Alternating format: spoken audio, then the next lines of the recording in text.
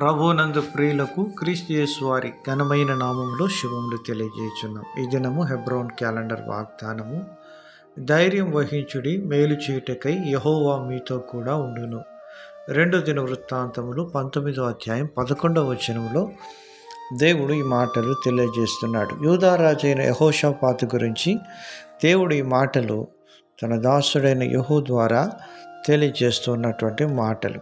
ప్రియమైనటువంటి దేవుని ప్రజలారా, దేవుడు ఈ భాగంలో ధైర్యం వహించుడి, మేలు చేయుటకై యెహోవా మీతో కూడా ఉండును అని మాట్లాడుతున్నాడు. చాలా పర్యాయములు క్రైస్తవ జీవితంలో ధైర్యం అనేటువంటిది మనం కోల్పోయేటువంటి పరిస్థితుల్లోకి వస్తాం.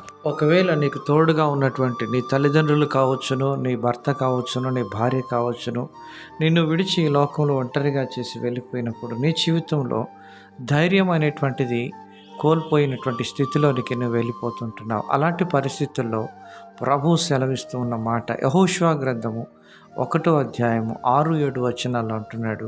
నిన్ను విడువను, నిన్ను ఎడబాయను, నిబ్బరము కలిగి ధైర్యముగా నుండుము. వారికిచ్చేదనని నేను వారి పితరులతో ప్రమాణం చేసిన ఈ దేశమును నిశ్చయముగా నీవు ఈ ప్రజల స్వాధీనం చేసేదు. అయితే నీవు నిబ్బరము కలిగి జాగ్రత్త పడి బహుధైర్యముగా నుండి నా సేవకుడైన మోషే నీకు ఆజ్ఞాపించిన ధర్మశాస్త్రం అంతటి చొప్పున చేయవలెను. నీవు నడుచు ప్రతి మార్గమున చక్కగా ప్రవర్తించినట్లు నీవు దాని నుండి కుడికి కానీ ఎడమకు కానీ తొలగకూడదని యెహోషువకు దేవుడు ఆజ్ఞ ఇస్తూ ఉంటున్నాడు. మోషే తదనంతరం యెహోషువను దేవుడు ఇశ్రాయేలు ప్రజలకు నాయకుడిగా నియమిస్తూ వచ్చినాడు. ప్రియమైనటువంటి దేవుని ప్రజలారా, మోషే తమ యుద్ధ నుండి తీసివేయబడినటువంటి ఆ పరిస్థితుల్లో ఇశ్రాయేలు జనాంగం అంతా కూడా ఎంతో దుఃఖసాగరంలో మునిగిపోయి ఉంటున్నప్పటికీ దేవుడు ఎంతో ధైర్యంతో కూడినటువంటి మాటలు ఇక్కడ తెలియజేస్తున్నాడు. ప్రియమైనటువంటి దేవుని ప్రజలారా, కనుక ధైర్యము ప్రభు వైపు చూచినప్పుడు మనం తెచ్చుకునే వారంగా ఉంటాం.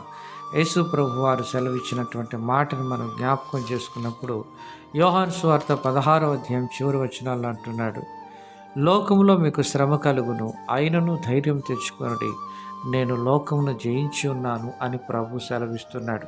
ప్రియమైనటువంటి దేవుని ప్రజలారా, నీ యొక్క ఆత్మీయ జీవితంలో ధైర్యమును కోల్పోకూడదు అని ప్రభు సెలవిస్తున్నాడు. కనుక ఈ ధైర్యము ఎలాగ మనకు వస్తుంది అంటే ప్రభు వైపు చూచుట ద్వారా.